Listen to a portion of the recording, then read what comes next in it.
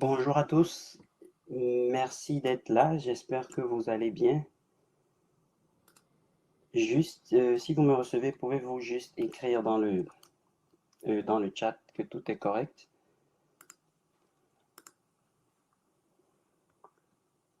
Ok, c'est parfait. Donc, je viens de partager la présentation, juste aussi me confirmer que vous pouvez bien voir ma présentation. Ok, parfait. Ben, on va attendre une minute juste pour donner le temps aux retardataires de pouvoir ne pas trop manquer en fait le webinaire dont nous allons parler aujourd'hui.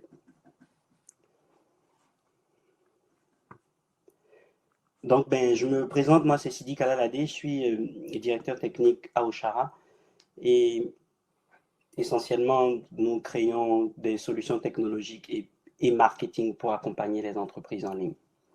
Donc aujourd'hui, le webinaire va être essentiellement pour parler de l'automatisation marketing pour accroître ses affaires. Donc là, on va commencer dans le vif du sujet. Dans ce webinaire aujourd'hui, on va d'abord parler de comment augmenter votre chiffre d'affaires afin de vous simplifier la vie. Qu'est-ce que l'automatisation marketing? Comprendre le parcours de vos utilisateurs, les séquences et les déclencheurs, les différents cas d'utilisation de l'automatisation marketing, des outils et des critères à prendre en compte et comment aller vers un succès en automatisation marketing. Et bien entendu, ensuite, ben, je pourrai répondre à vos questions en direct. Donc, dans un premier temps, comment augmenter votre chiffre d'affaires afin de vous simplifier la vie? Vous savez, aujourd'hui, à l'ère d'Internet aujourd'hui, il existe de nombreux canaux. Je fais allusion à Facebook, Instagram, LinkedIn, TikTok, Twitch, et j'en passe. Donc, le temps de retenir l'attention de vos usagers est un, est, est un, est un luxe super important et, un, et vous avez un court délai afin de pouvoir capter l'attention de vos usagers. Même vous d'ailleurs, j'imagine qu'il est très difficile de capter votre attention avec toute la panoplie d'informations auxquelles on fait face tous les jours. Ensuite, comprendre le parcours de vos utilisateurs va vous permettre de pouvoir mieux comprendre qu'est-ce que vos utilisateurs recherchent quand ils recherchent vos produits ou vos services. Ensuite, l'automatisation marketing vous permettra d'automatiser tout ce qui est tâches répétitives afin de gérer efficacement votre temps et de rejoindre beaucoup plus de personnes. En fait, vous n'avez pas de limite sur le nombre de personnes que vous pourrez rejoindre une fois que vous automatisez en fait vos, vos stratégies marketing. Donc, en bref, le marketing, c'est d'envoyer le bon message au bon moment dans le bon canal. J'imagine qu'il vous est déjà arrivé d'aller sur un site internet d'une boutique en ligne, par exemple, et après, en étant sur les réseaux sociaux, vous voyez une publicité euh, de cette boutique en ligne, par exemple.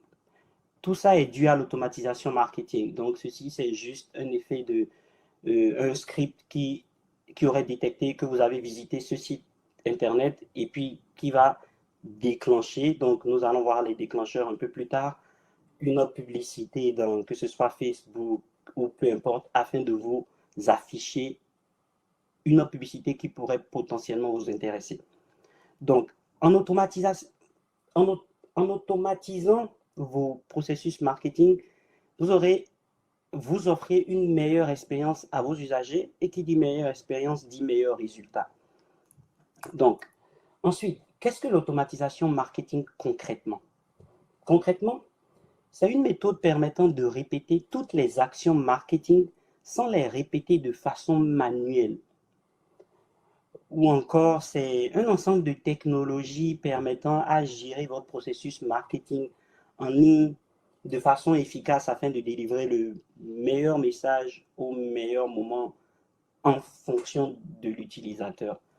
Donc, ceci est très important parce que imaginez par exemple que vous allez chez un médecin. Ben, les médecins, par exemple, disons qu'un médecin reçoit 10 différents patients dans une journée.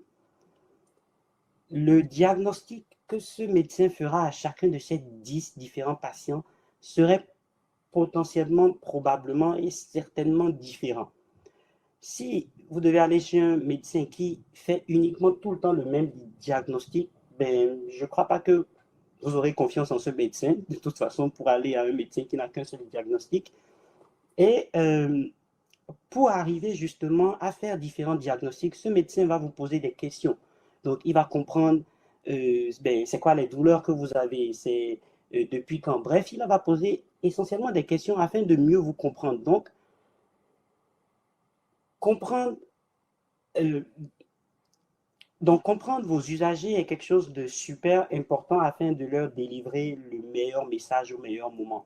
Donc, des exemples d'automatisation marketing sont les emails, la publicité en ligne, comme l'exemple que j'ai donné un peu plus tôt, euh, tout ce qui est tout ce qui est post sur les réseaux sociaux, même en fait des contenus web. Vous pouvez aller sur en fait des pages qui sont personnalisées parce qu'elles ont détecté automatiquement que ben, vous êtes, je sais pas, Pierre de telle entreprise par exemple. Donc, essentiellement, encore une fois, le parcours de vos utilisateurs. Vous devez comprendre comment vos usagers interagissent avec vos services afin de pouvoir mieux les servir. Ceci va vous permettre d'améliorer l'expérience utilisateur. N'oubliez pas que dans un processus marketing, avant de convertir un client, en général, vous avez une phase de prise de conscience pendant qu'il est encore prospect, une phase de considération et ensuite une phase de prise de décision concrète pour aller de l'avant. Donc, le fait de pouvoir comprendre exactement que se déroule dans la tête de vos usagers lors, lors de chacune de ces phases va vous permettre de mieux comprendre quel type de message vous devrez véhiculer lors de chacune de ces phases. Donc, ici, c'est un peu un schéma qui explique un peu comment les spécialistes UX ou en expérience utilisateur font des différents processus afin de mieux comprendre vos usagers. Mais vous aussi, vous pouvez le faire dans le sens où, ici, c'est un exemple qui dit un peu, OK, en général, l'usager va commencer par voir le logo, ensuite, il va voir le message qui est ici, et ainsi de suite. Donc, ceci, c'est essentiellement pour vous permettre de mieux structurer le contenu de votre page. Encore une fois, rappelez-vous que les utilisateurs aujourd'hui en ligne ont très peu de temps et pour capter leur attention, vous devez être super rapide dans le message que vous souhaitez véhiculer. Donc, une chose à essentiellement prendre en compte, c'est vraiment le parcours de vos utilisateurs. Ensuite, les séquences et les déclencheurs. Ça, vous ne pouvez pas faire d'automatisation marketing sans parler de séquences et de déclencheurs. Donc, essentiellement, les séquences représentent l'ordre à suivre par vos différents utilisateurs. Donc, dans l'exemple de cette image, on a par exemple un début, un start, ensuite quelqu'un qui se connecte à une page, ensuite si la page où il se connecte est correcte, il peut voir un compte. Désolé, mon image est un peu pixelisée, donc vous ne pouvez pas voir les textes écrits. Moi, je les lis plutôt là. Donc ensuite, il peut payer par une carte de crédit, etc. Donc, l'idée est de bâtir en fait des séquences afin de comprendre, OK, quel est l'ordre que vos utilisateurs font en général par rapport à vos services avant d'être convertis en clients. Une fois que vous avez bâti des séquences, vous pourrez ensuite voir quel déclencheur vous souhaitez mettre en place. Donc, les déclencheurs indiquent à la séquence le moment auquel vous souhaitez commencer une action. Donc, dans cet exemple, on a un prospect, par exemple, qui remplit qui remplit un formulaire courriel avec son email pour télécharger un guide gratuit. Ensuite, il reçoit un email. Ensuite, il reçoit un second email. Et on a on a comme deux groupes qui se créent. Donc, exemple, un second email qui reçoit ici, si l'usager genre clique en fait dans ce email pour aller vers une page, ben ici tout s'arrête en fait, la séquence s'arrête. Mais sinon, il va recevoir un autre email, ainsi de suite. Donc les déclencheurs, c'est essentiellement pour dire, ici c'est un bon exemple de déclencheur, c'est pour dire, ok, le client a regardé par exemple un produit sur en fait votre, votre site internet. Donc, vu qu'il a, vu qu'il a regardé un produit, je vais déclencher un courriel, disons 30 minutes après ou un jour après, afin de lui proposer quelque chose.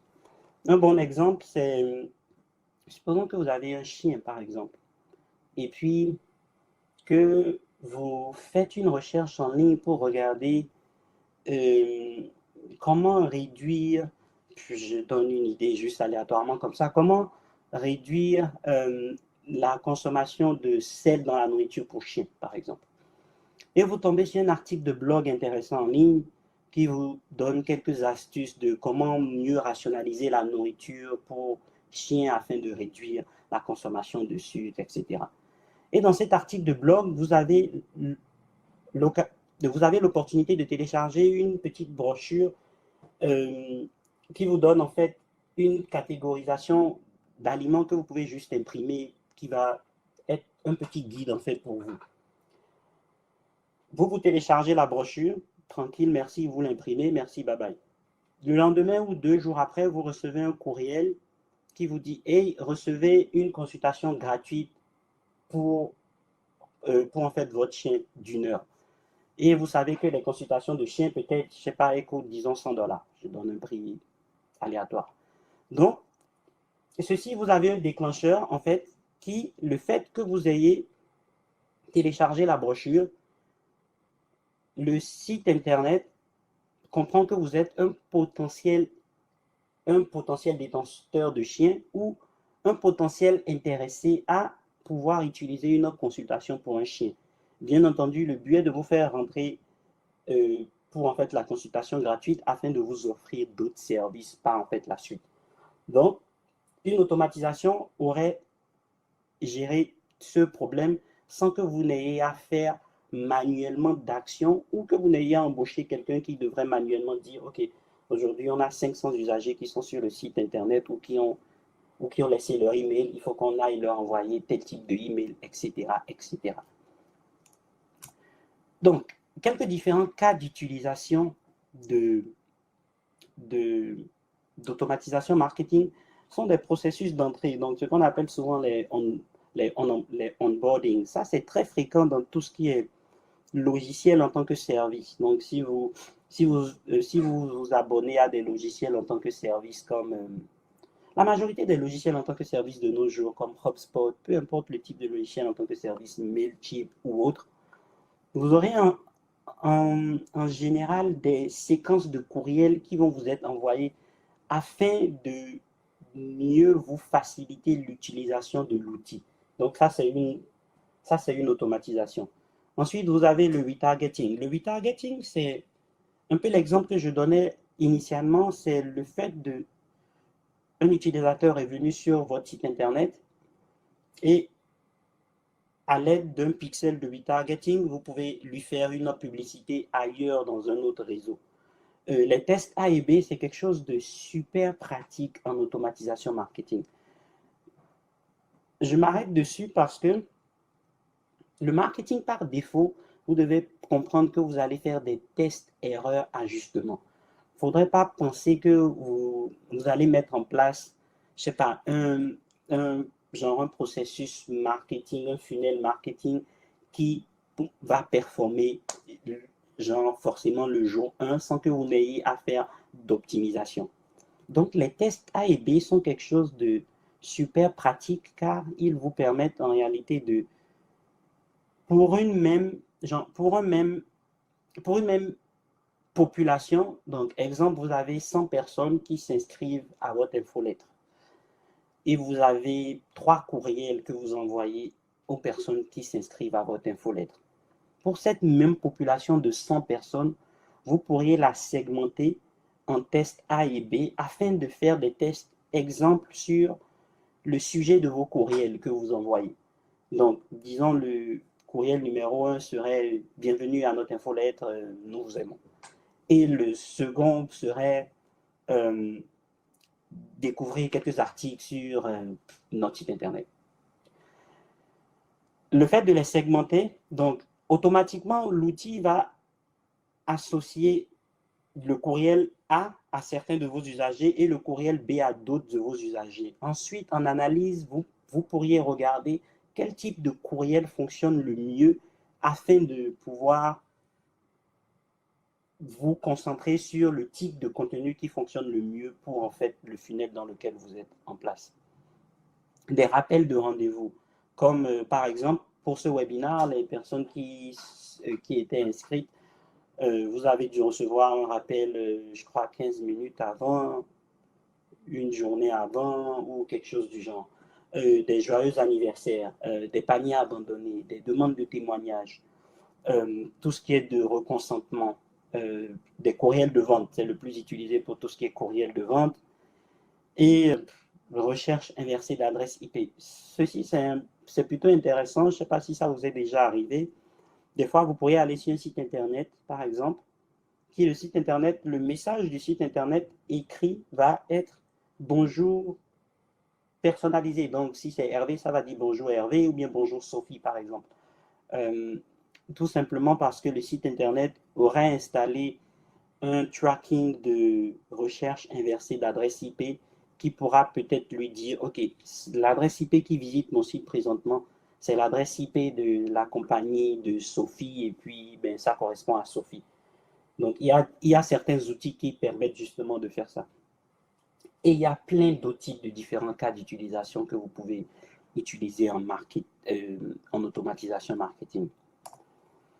Donc, un exemple visuel serait, ça c'est une série de campagnes d'emails automatisées qui est segmentée sur 4 semaines où quand un usager ici, donc au début, il y a un courriel qui est envoyé. Une fois que dans ce premier courriel, vous ouvrez le courriel, vous cliquez et vous vous inscrivez, automatiquement, vous attendez 4 semaines avant de recevoir un courriel de loyauté. Mais supposons que vous recevez ce courriel et puis vous n'avez pas ouvert du tout ce courriel, ben vous allez recevoir la deuxième semaine un autre courriel de rappel du premier courriel. Mais ceci, c'est automatisé, donc vous n'avez pas besoin de manuellement d'avoir à gérer ça. Et d'ailleurs, si vous voulez le gérer manuellement, peu importe votre organisation, ce serait extrêmement compliqué, sauf si vous avez quelques usagers. Mais si vous avez vraiment des milliers d'usagers et puis un site internet qui collectionne des courriels, etc., ce serait juste impossible à gérer, en fait, plus la liste agrandirait. Donc, ou encore, si vous avez ouvert le courriel, que vous avez cliqué, mais que vous n'avez pas fait l'action nécessaire, mais la semaine 2, vous allez recevoir un autre courriel qui est un incitatif additionnel afin justement de vous faire passer à l'action. Donc, ceci donne un peu un exemple dans la vraie vie de comment vous pourriez automatiser en fait une séquence pour un but donné avec des séquences et des déclencheurs. Donc, si un utilisateur ouvre, quoi faire, s'il n'ouvre pas, quoi faire, s'il clique, quoi faire, etc. Les possibilités sont plus ou moins, je vous dirais, illimitées en réalité. Ça va vraiment dépendre de quel outil vous utilisez concrètement. Ici, c'est un autre exemple de cours en ligne pour un cours gratuit en ligne. Donc, disons ça, c'est une publicité qui vient de Facebook qui va vous rediriger vers une page où les gens vont devoir mettre leur courriel afin de s'inscrire au cours en ligne gratuit. Une fois qu'ils vont mettre leur courriel, ils vont pouvoir voir la page de remerciement ici et le cours. Une fois qu'ils arrivent en fait sur la page, ils vont recevoir ensuite un courriel avec le premier, genre le cours numéro 1, ensuite le cours numéro 2, ensuite le cours numéro 3. Mais chacun des courriels qui va présenter le cours va avoir un bouton qui invite essentiellement à pousser un peu plus loin pour essayer peut-être de vendre quelque chose. Dans ce cas, c'est pour essayer de vendre une extension du cours. Donc, vous allez voir, chacun de ces courriels devra avoir un appel à l'action, donc un bouton, pour essayer de vous pousser l'extension du cours. Mais le but initial, là, c'est de vous vendre l'extension du cours. Mais pour arriver à vous vendre l'extension du cours, c'est beaucoup plus facile de faire rentrer des usagers par un cours gratuit qui, avec ce cours gratuit, maintenant, vous allez essayer de pousser l'extension du cours.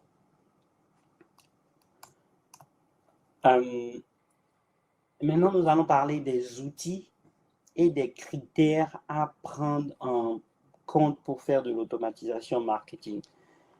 Donc, des outils, il y en a plusieurs, il y en a vraiment plusieurs. Donc, au moment où on se parle présentement, je suis sûr qu'il y a des outils qui sont en cours de développement et qui vont voir le jour dans les prochains jours ou les prochaines semaines. Donc, mais quelques outils principaux sont Salesforce, que vous avez certainement entendu parler, qui est plutôt adapté pour les grosses entreprises, car les licences sont plutôt dispendieuses. Vous avez HubSpot, qui aussi est un CRM très compétiteur à Salesforce, mais qui, lui, vous pouvez commencer avec HubSpot avec une version gratuite, mais pas pour tout ce qui est automatisation marketing. Pour tout ce qui est automatisation marketing, HubSpot va vous l'offrir dans sa version payante. Mais encore une fois, chacun des outils que je présente ici vous permettent tous de faire de l'automatisation marketing, mais chacun avec des avantages et des inconvénients, comme un peu dans toute chose dans la vie, en fait. Drip, c'est un outil personnellement qu'on utilise beaucoup. En fait, les 3 premiers d'ailleurs que j'ai cités sont ceux qu'on utilise ou qu'on a utilisé le plus, en fait. Donc, Salesforce avec des clients, HubSpot, beaucoup de clients et à l'interne, et puis Drip aussi. Drip, je le trouve personnellement plutôt abordable pour des entreprises en démarrage et de grosses entreprises aussi. Et il est spécialisé dans l'automatisation marketing. Et il comporte plusieurs fonctionnalités. C'est plutôt facile à utiliser. Mais ensuite, vous avez ActiveCampaign, vous avez Klaviyo. Klaviyo, je ne l'ai personnellement pas utilisé, mais je sais qu'il y a une version gratuite, justement que certains de nos clients utilisés sont super satisfaits. Ou encore MailChimp, qui est un des outils de mail les plus populaires que vous devez certainement connaître, ClickFunnels, etc. La liste d'outils pour vous permettre de l'automatisation est énorme. Donc, une fois maintenant que vous avez une idée des outils, c'est vraiment de voir, OK, quels sont les critères pertinents pour vous que vous souhaitez répondre en fait avec le type d'automatisation que vous souhaitez mettre en place. Donc, est-ce que vous souhaitez, si vous souhaitez mettre en place une automatisation qui vous permet d'utiliser aussi comme les réseaux sociaux dans votre automatisation, mais vous allez aller vers un outil qui vous le permet. Drip, par exemple, je sais qu'il n'intègre pas de réseaux sociaux dans cette automatisation, mais MailChimp, possiblement que oui. Je ne sais pas, je ne pourrais pas le garantir. Donc, c'est vraiment de voir qu'est-ce qui est important pour vous que vous souhaitez accomplir par rapport au type d'automatisation que vous souhaitez décider. Et bien, vous allez choisir l'outil approprié, bien entendu, en fonction de votre budget aussi. Donc, quelques facteurs clés de succès en automatisation marketing, c'est tout d'abord la simplicité de l'outil que vous utilisez. Ça, nous l'avons remarqué dans plusieurs entreprises, parce qu'en général, un outil d'automatisation marketing ne va pas être utilisé dans une entreprise par une seule personne. Ça va être utilisé par le département marketing, mais ça va être utilisé aussi par plusieurs autres personnes dans l'entreprise. Ça peut être utilisé par le département de vente, le département du service à la clientèle. Donc, principalement, ces 3 départements sont souvent intéressés à tout ce qui est automatisation marketing, donc service à la clientèle, vente et marketing. Donc, nous avons remarqué que quand vous utilisez des outils compliqués à utiliser, ben, ça diminue justement l'utilisation de vos équipes de ces outils, ce qui ben, vous diminue en réalité l'efficacité de ce que vous pourriez aller obtenir à travers l'utilisation d'un outil marketing. La pertinence de vos workflows. Ça rejoint encore un peu ce qu'on disait un peu plus tôt par rapport à comprendre où est-ce que vos utilisateurs ou vos prospects sont rendus dans leur cycle de vie avant de devenir clients. Si vous faites quand je parle de workflow, je veux parler de funnel, donc je parle de différentes séquences d'actions. Donc, supposons que, ben, je vais reprendre l'exemple de tout à l'heure du chien. Et puis, supposons que ben, le courriel que vous recevez après avoir téléchargé une fiche de chien, supposons que c'est un courriel qui vous dit peut-être, ben, recevez genre un repas gratuit pour vous, à dîner pour vous. Il n'y a pas de pertinence vraiment avec le besoin initial du client. Ça ne risque pas de le faire convertir. Là, j'ai un peu exagéré, je suis allé vraiment à l'extrême, je ne crois pas que quelqu'un ferait ça. Mais supposons que juste après ce courriel, vous leur demandez peut-être plutôt de hey, on a un plan qui coûte 2000 $ qu'on offre pour les chiens que vous pouvez payer maintenant à 1800 $.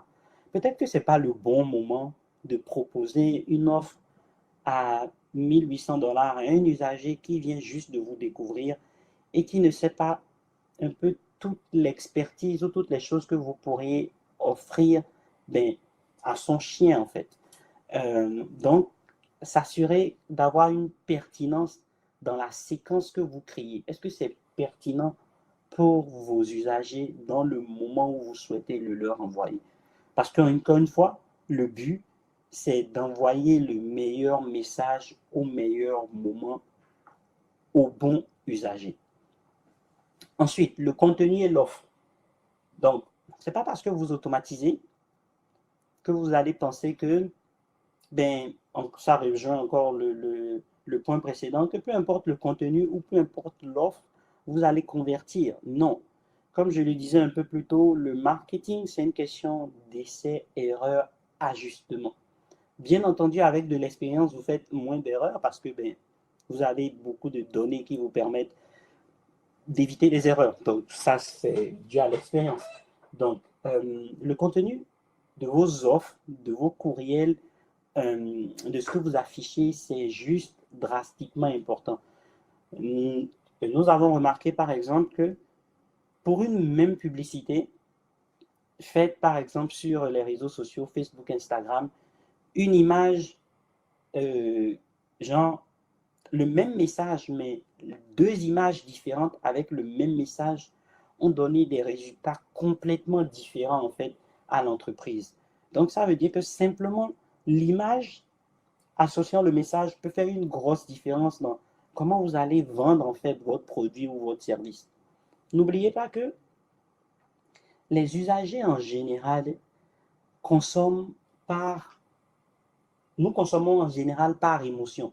Donc, c'est plutôt de percevoir quelle valeur votre service ou votre produit procure qui est le plus important que même souvent de voir le prix ou qui est-ce qui le vend. Donc, un exemple, euh, si, si, dans votre, si par exemple dans votre business, chaque fois que quelqu'un fait un achat de vos produits ou de vos services, vous donnez 1 $ par exemple à une fondation pour assister les femmes maltraitées, par exemple. Ben, ce serait pertinent de le communiquer. Le fait de le communiquer, que ce soit dans vos offres, sur votre site internet ou peu importe, va, va faire, genre, va attacher de la valeur pour les personnes qui sont sensibles à cette cause. Et en général, les achats, c'est prouvé, sont en majorité émotionnel. Donc, le contenu de vos offres sont très, très, très importantes par rapport à la réussite de votre automatisation marketing. Ensuite, la gestion de vos prospects. La gestion de vos prospects en soi, en fait, je pourrais faire un webinaire d'une heure uniquement sur cette ligne-là, parce qu'elle est super clé pour comment réussir avec succès une automatisation marketing. Tout à l'heure, on avait parlé que vos usagers, en général, ont différents... En fait, ils ont un cycle de vie avant d'être convertis en tant que client. Et avec ce cycle, euh, il y a des messages qui sont plus opportuns en fonction d'où est-ce qu'ils sont rendus dans l'évolution de ce cycle. Mais non seulement vous avez ce cycle, mais vous avez comment est-ce que vous pouvez les segmenter le plus que possible. Et c'est là où en fait la gestion de vos prospects intervient. Donc, tout à l'heure, on a donné l'exemple du médecin qui ne donne pas les mêmes résultats, comme les mêmes diagnostics à tous ses patients, qui pose des questions afin de comprendre quel diagnostic serait le plus adapté à chacun de ses patients. Ben, vous devez faire la même chose, vous devez être des médecins pour en réalité vos usagers, dans le sens où, si moi je viens sur votre site internet, et puis que je suis, disons que vous êtes une boutique d'aliments pour animaux. Donc, vous vendez différents aliments pour animaux, pas juste pour chiens, pour chats, etc. Vous, votre travail serait de faire en sorte de pouvoir segmenter au mieux que possible vos prospects. Donc, supposons que moi, j'ai un chien. J'aime les chiens, mais je n'ai pas de chien. Donc, supposons que j'ai un chien et puis que Paul a un chat. Et que chacun de nous, nous sommes venus sur votre site internet, nous consommons vos contenus et nous téléchargeons vos différentes fiches de produits, peu importe. L'idéal pour vous, c'est de savoir que moi, je suis un potentiel intéressé par les produits pour chiens et que Paul est un potentiel intéressé par les produits pour chats. Ceci va faire une grosse différence dans le type de contenu que vous allez m'envoyer et dans le type de contenu que vous allez envoyer à Paul. Si vous ne le faites pas, supposons que vous mélangez tout le monde. Chien, chat, écureuil, hérisson et j'en passe. Et puis, moi, vous m'envoyez du contenu, par exemple, ok, des nouvelles gamelles pour chats, pour leur nourriture, ou bref, des astuces pour chats. C'est pas du contenu qui m'intéresse parce que j'ai pas de chat chez moi, en fait. Je, je consomme vos contenus, mais je suis intéressé par vos contenus pour chiens et non pour chats. Donc, gérer vos prospects est un aspect clé, mais super clé de la réussite d'une automatisation marketing parce que ça vous permettra de mieux segmenter, de mieux orienter le message. Donc, dans l'exemple qu'on vient de donner, moi, vous m'enverrez essentiellement, par exemple, des courriels qui vont avoir des images de chiens et pas de chats. Ou bien, quand je vais aller sur Facebook, Instagram ou peu importe, je pourrais voir la publicité de vos produits, mais de vos produits pour chiens et non pas pour chats. Si vous ne le faites pas, encore une fois, je vais prendre l'exemple de la publicité, je vais cliquer sur vos produits pour chats, juste par curiosité. Ça va être des clics que vous allez payer parce que la publicité par clic est payante à chaque clic et que vous n'allez pas convertir. Donc, ça diminue le taux de rendement que vous allez avoir pour votre campagne et bien entendu, ça augmente aussi le budget que vous allez dépenser sans être comme sans être mais sans obtenir en fait de résultats en fait. Et pour finir, analysez vos données. Donc il nous reste 10 minutes, je crois qu'on va pouvoir finir quelques minutes plus tôt. Donc pour finir, analysez vos données. Analyser vos données, c'est quelque chose de super, super crucial. Ben, en réalité, dans tout, mais surtout en marketing. En marketing, vous devez avoir pour nature, ça devrait être la nature de votre business, comme nature, comme, comme, comme automatisme, d'analyser vos données afin de comprendre est-ce que les actions que vous posez sont pertinentes? Et si elles ne le sont pas, comment vous pouvez les améliorer? Parce qu'il y a toujours, en général, quelque chose à améliorer.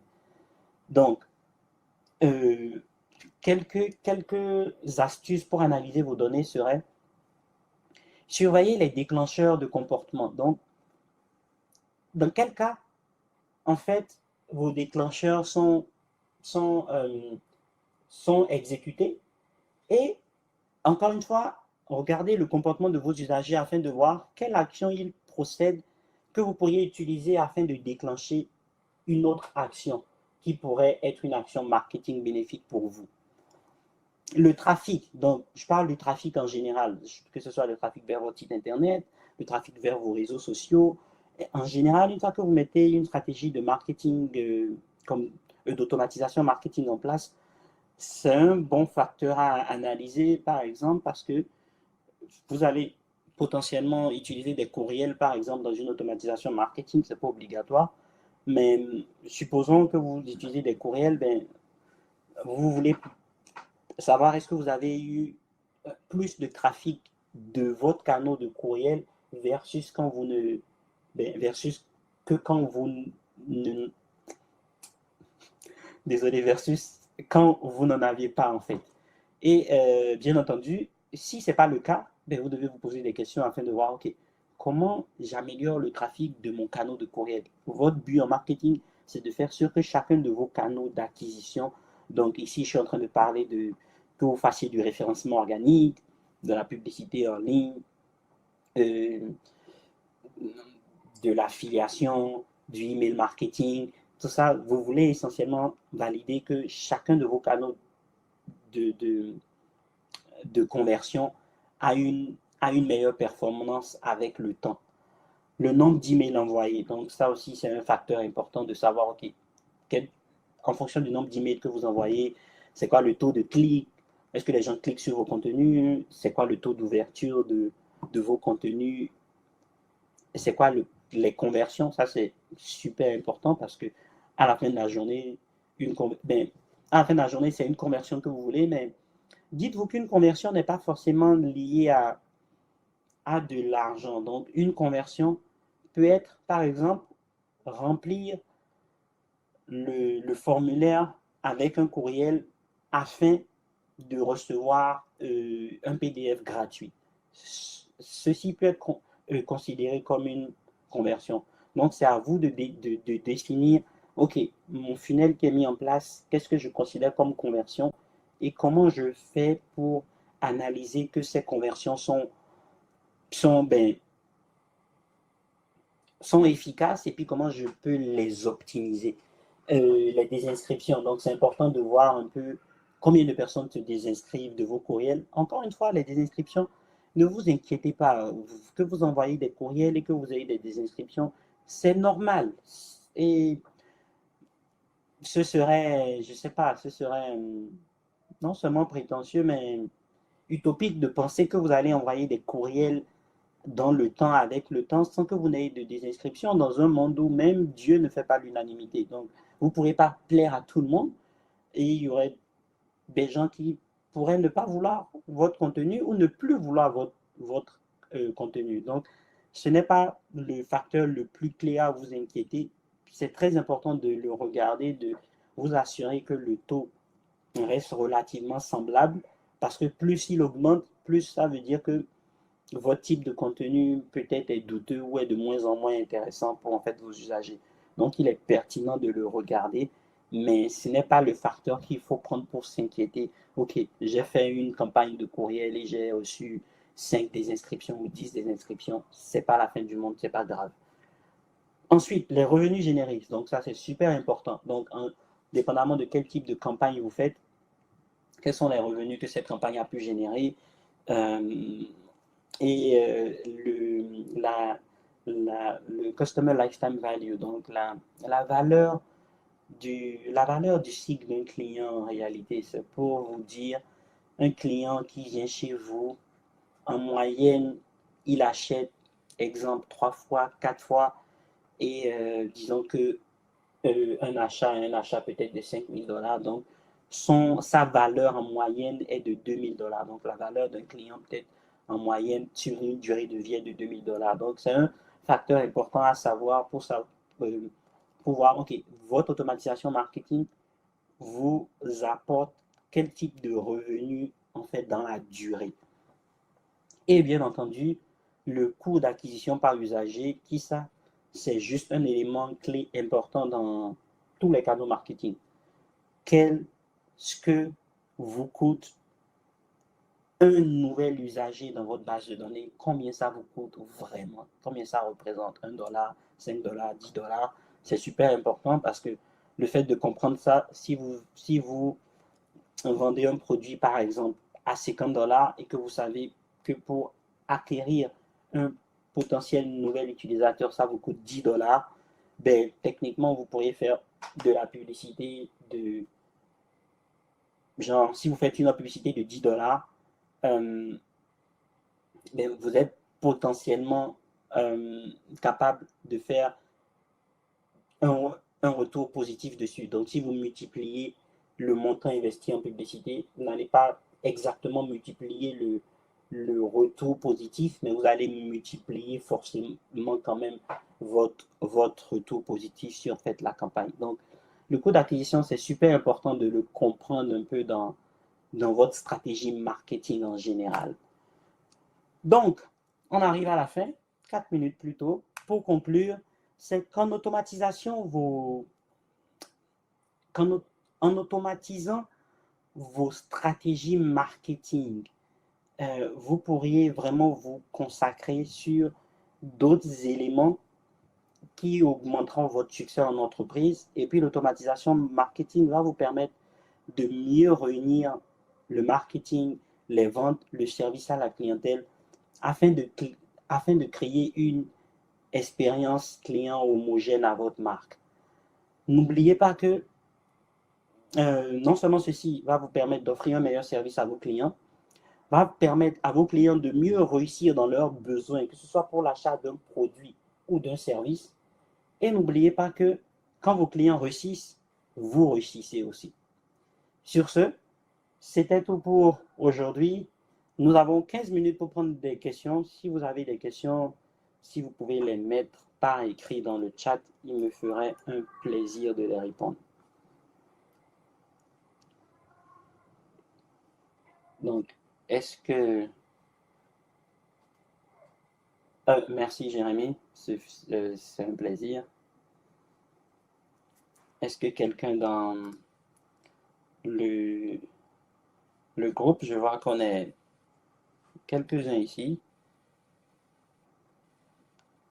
Merci Sophie. Donc, on va attendre encore. Ok. Serge a une question.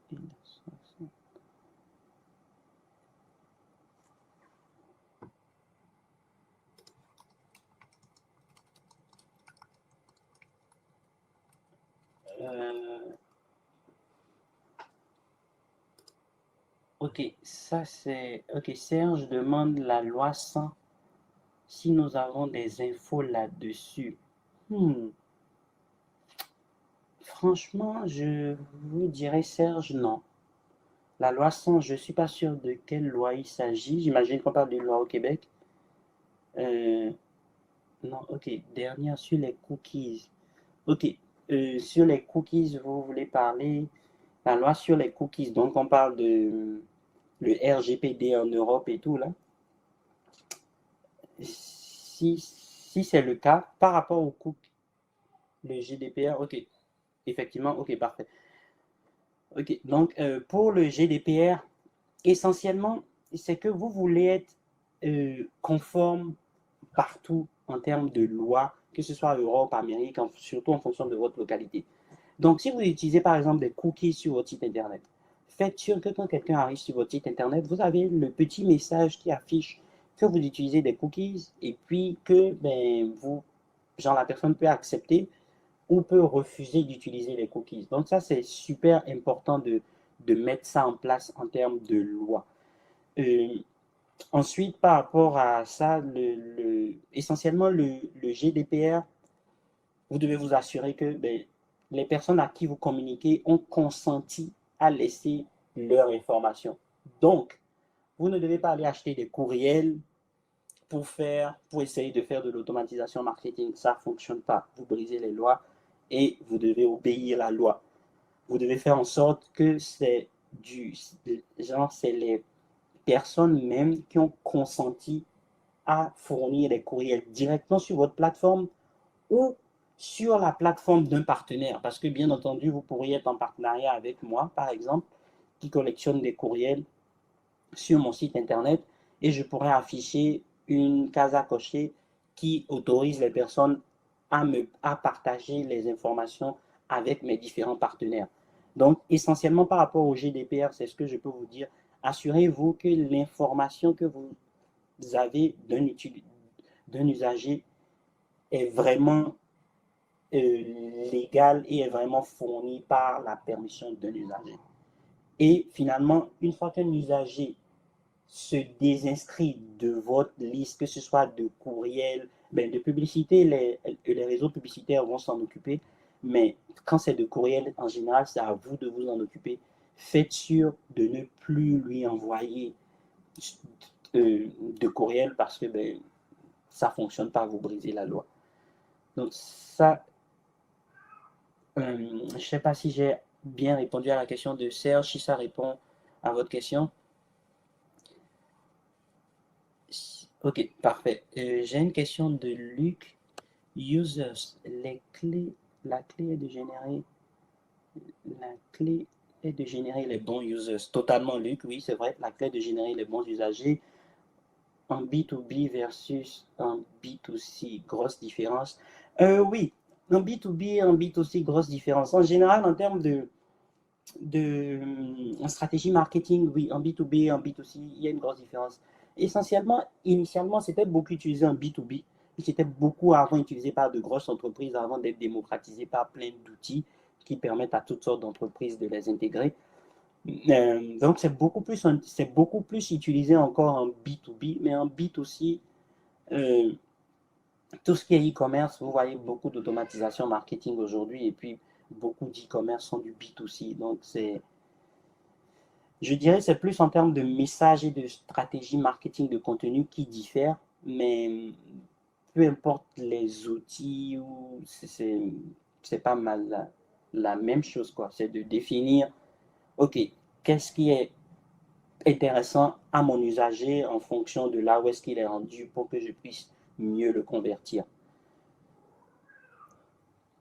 Euh, donc, j'espère que j'ai répondu à la question, Luc. Ok, parfait. Et j'ai une question ici. Quel outil pouvez-vous nous recommander pour l'automatisation marketing? Je vous recommanderais Drip, all the way. C'est celui qu'on utilise le plus, nous, à l'interne. Drip.com. Euh, mais sinon, si vous utilisez déjà HubSpot, par exemple, HubSpot fait très bien la job aussi, fait très bien l'affaire. Et tous les autres outils que je vous ai montrés un peu plus tôt, en réalité, font tous l'affaire. Je vais rapidement venir ici. Salesforce, c'est pour les plus grosses entreprises, les licences sont plus élevées. Klaviyo, vous pouvez commencer gratuitement avec, mais je ne l'ai jamais personnellement utilisé. Euh, un membre de nos équipes l'a déjà utilisé, mais sinon, à part ça, Drip, HubSpot sont les principaux que je recommande en général. Est-ce qu'on a d'autres questions?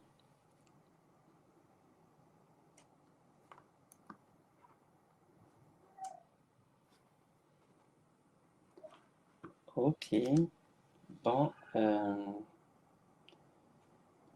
ok. Comment générer de l'audience? Comment générer de l'audience? Ok. Je vais dire, ça dépend. Vous voulez générer de l'audience ou sur votre site internet ou en général dans votre stratégie marketing? En général, je vais dire, ok, je vais aller genre du mode en général. En général, aujourd'hui, à l'ère où nous sommes en marketing, ok, parce que c'est bien d'avoir des outils automatiques. Mais au début, si on n'a pas d'audience, Drip sert à rien, par exemple. Ok, ok, c'est vrai, tout à fait. Bon, en général, vous allez aller avec, par exemple, des, des outils gratuits, par exemple, à télécharger. Exemple, sur votre site internet, si j'arrive sur votre site internet, euh, Luc, par exemple, si vous êtes spécialiste en planification stratégique, par exemple, sur votre site internet, je pourrais avoir peut-être un petit PDF qui me permet de télécharger un guide pour la planification stratégique de mon entreprise. Mais c'est gratuit. Ce, vous faites juste ce PDF et puis vous allez collectionner le email de plusieurs personnes qui sont intéressées à potentiellement la planification stratégique. Donc ça, c'est une méthode simple, par exemple, pour aller obtenir de l'audience ou je vais dire des contacts. Mais vous en avez plein d'autres. Ça pourrait être, par exemple, que vous faites un concours. Donc, vous pourriez organiser, par exemple, un concours sur votre site internet, sur en fait les réseaux sociaux, vous invitez des personnes à remplir un questionnaire pour obtenir quelque chose. Ça peut être une consultation gratuite, ça peut être une carte cadeau, ça peut être en partenariat avec un type de service qui vous est affilié ou même si qui ne vous est pas affilié, un type de service qui, par exemple, un exemple simple. Supposons que euh, je vais prendre une entreprise, genre l'entreprise B, qui, euh, qui est dans tout ce qui est marketing en général, par exemple. Et vous remarquez que l'audience de cette entreprise est une audience qui est potentiellement vos clients. Mais vous n'êtes pas en compétition avec cette entreprise. Donc, comment vous pourriez faire un partenariat, par exemple, avec cette entreprise sur un concours afin de... Vous pourriez, par exemple, sponsoriser un concours que cette entreprise fait. Peut-être cette entreprise a un pack qu'ils offrent à, je sais pas, 500 $. Et eux, ils feraient un concours pour obtenir le pack de 500 $ gratuit. Mais il est gratuit parce qu'il est sponsorisé par vous, par vous, votre, par vous, votre agence en réalité. Ben, vous allez collecter les leads avec ce partenaire et puis ça va vous augmenter les leads que vous auriez. Une autre chose, c'est de faire encore des partenariats pour tout ce qui est webinar, par exemple. Donc, euh, nous, l'année passée, par exemple, ça nous arrivait, par exemple, de faire des partenariats de webinars invités où ben, l'autre audience, non seulement connaît nos produits, nos services, et puis ben, nous, on arrive à collecter des leads. Donc, ça, c'est quelques idées exactement, il faut rester créatif. Exactement. D'autres questions? On a encore 7 minutes et puis j'adore les questions, comme vous pourriez remarquer. Donc, lâchez-vous.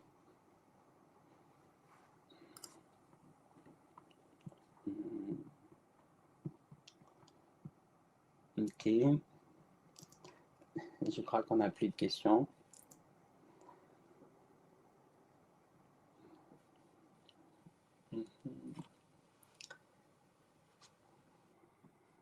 Ok, ben, on va attendre 2 minutes, voir s'il y a une nouvelle question. Et s'il n'y a pas de nouvelle question, ben, on va fermer 5 minutes plus tôt.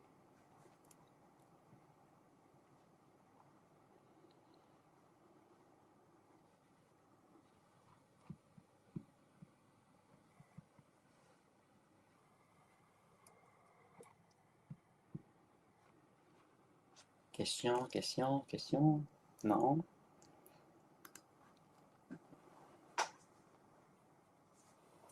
De toute façon, si une question vous vient après le webinaire, sentez-vous à l'aise vous pourrez envoyer un message directement sur hello@commercialochara.ca ou m'écrire directement à mon adresse courriel sidika@oshara.ca que je vais mettre dans le chat et puis il me ferait un plaisir de vous y répondre, euh, moi ou de vous accompagner avec quelqu'un de mon équipe dessus, avec plaisir.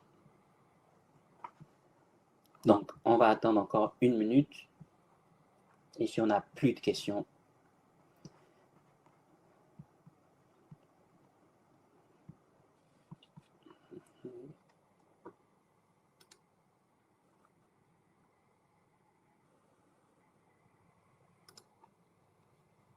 Ok, ben, on est à 5 minutes de la fin, on n'a plus de questions. Merci beaucoup, Luc. Merci à vous tous. Bon après-midi. Merci d'être présent. Et puis, ben, au plaisir de vous revoir au prochain webinaire. À bientôt. Merci. Bon après-midi. Là, je vais arrêter là. Au revoir.